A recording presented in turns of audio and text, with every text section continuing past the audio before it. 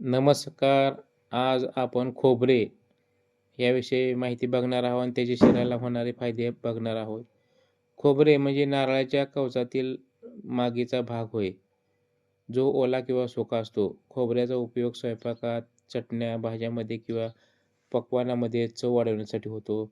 ओल्या खोबऱ्यात पाणी, प्रथिने, फायबर भरपूर प्रमाणात असते, तर सुक्या खोबऱ्यात मॅंगनीज आणि तांब्यासारखी खनिजे असतात. खोबऱ्यापासून तेल देखील काढले जाते, ज्याचा वापर स्वयंपाक आणि सौंदर्यप्रसाधनामध्ये होतो. खोबऱ्याचे प्रकार आणि उपयोग. ओले खोबरे उपयोग भाजी, आमटी, चटणी आणि पक्वान्नामध्ये होतो. फायदे यामध्ये जीवनसत्वे, फायबर, कॅल्शियम आणि पोटॅशियम भरपूर प्रमाणात असते. हे रोगप्रतिकारक शक्ती वाढवते आणि मेंदूला चांगले पोषण देते. पोषक तत्वामध्ये यामध्ये पाणी, कर्बोदके, मेद आणि प्रथिने असतात. सुके खोबरे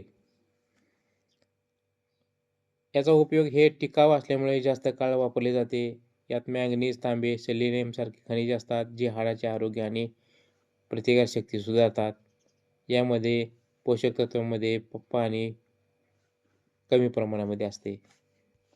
खोबऱ्याचे फायदे आरोग्यासाठी रोगप्रतिकारक शक्ती वाढवते आणि संसर्गजन्य आजार दूर ठेवते.